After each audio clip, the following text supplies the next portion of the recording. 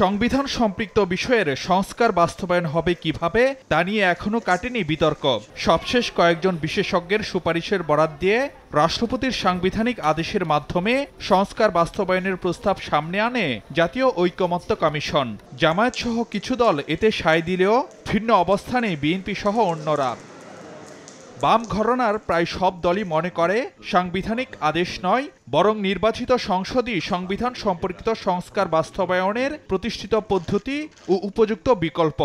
এক্ষেত্রে সংসদকে পাশ কাটালে ভবিষ্যতের জন্য তৈরি হবে ভয়ঙ্কর নজির, এমন সতর্ক বার্তাও দিচ্ছেন বাম নেতারা। অর্ডারটা আলটিমেটলি এটা রাষ্ট্রপতির নামে এটা জারি হবে।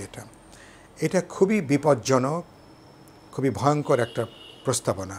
সেটা এই অর্থে যে তাহলে ভবিষ্যতে সংবিধান পরিবর্তনের জন্য মানুষের ম্যান্ডেট প্রয়োজন হবে না, প্রতিনিধিত্ব লাগবে না, পার্লামেন্ট লাগবে না। রাষ্ট্র রাজনীতির কোনো বাঁকে কোনো একটা পরিবর্তনের সময় রাষ্ট্রপতিকে দিয়ে আপনি যে কোনো সংশোধনী তখন আপনি জারি করতে পারবেন।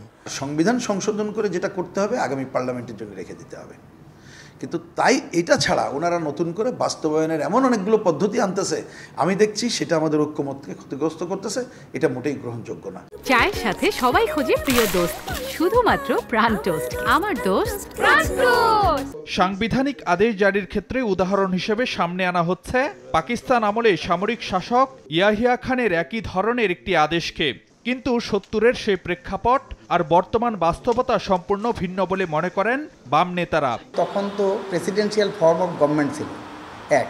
২ নম্বর কথা হলো তখন সংবিধান স্থগিত করে তারপরে সেগুলো অর্ডার দিতে হয়েছে। এখন তো সংবিধান স্থগিত না, সেই জায়গায় এটা সংবিধানের বাইরে যাওয়ার কোনো উপায় এখানে নাই। বাস্তবে আমরা একটা সংবিধান শূন্য অবস্থার মধ্যে নেই। নানা সমালোচনা থাকা সত্ত্বেও আমরা একটা সাংবিধানিক পদ্ধতিতে সরকার চলছে। এমনকি ঐকমত্য কমিশন তারা যে আলাপ আলোচনা করছেন সংস্কারের যে এজেন্ডা, এটারও কোন মূল ভিত্তি কিন্তু বিদ্যমান সংবিধান। কেউ মনে করছে যে সুযোগ এটা পাইছে, এবার এটা দিয়েই সব করতে হবে। এটা ঠিক না। সংবিধান শপথ নিয়ে এখানে সরকার হয়েছে, এই সরকার সংবিধান শপথ ভায়োলেট করে যা ইচ্ছা তাই করতে পারে না। তো সংকট নিরসন হওয়ার থেকে সংকট তৈরি হবে, সেই সংকট তৈরি হওয়াটা কখনোই শ্রেয় না। সেই কারণে আমরা বলছি নির্বাচনটা করে নির্বাচিত সরকার ক্ষমতাটা দিয়ে এই সামগ্রিক বিষয়গুলো সেটেল করো। এদিকে রাষ্ট্রীয় মূলনীতিতে নতুন কিছু সংযোজন করলেও বিদ্যমান চারনীতি বহাল রাখার পক্ষে সরব বেশ কয়েকটি বাম দল।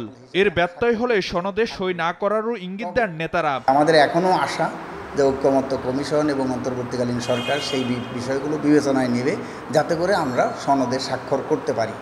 আর তা না হলে শুধুমাত্র আমাদের দল না, অনেকগুলো দলের পক্ষেই হয়তো এই জাতীয় সনদে স্বাক্ষর করা সম্ভব নাও হইতে পারে। আমরা তো সই করতে চাই, কিন্তু এটা নির্ভর করবে যারা ঐকমত্য কমিশন তাদের উপরে। বিতর্কিত ভূমিকাতে যদি লেখা থাকে বাস্তবায়ন পদ্ধতি নিয়ে তারা যদি এমন কথা বলেন যা মোটেই গ্রহণযোগ্য না, তাহলে আমাদের পক্ষে হয়তো অসম্ভব হয়ে দাঁড়াবে এই সনদে আনুষ্ঠানিক স্বাক্ষর করার। যেসব সংস্কারে সব দল একমত থাকবে সেগুলোর ভিত্তিতে সনদ তৈরির পক্ষে বামপন্থী বেশিরভাগ দল।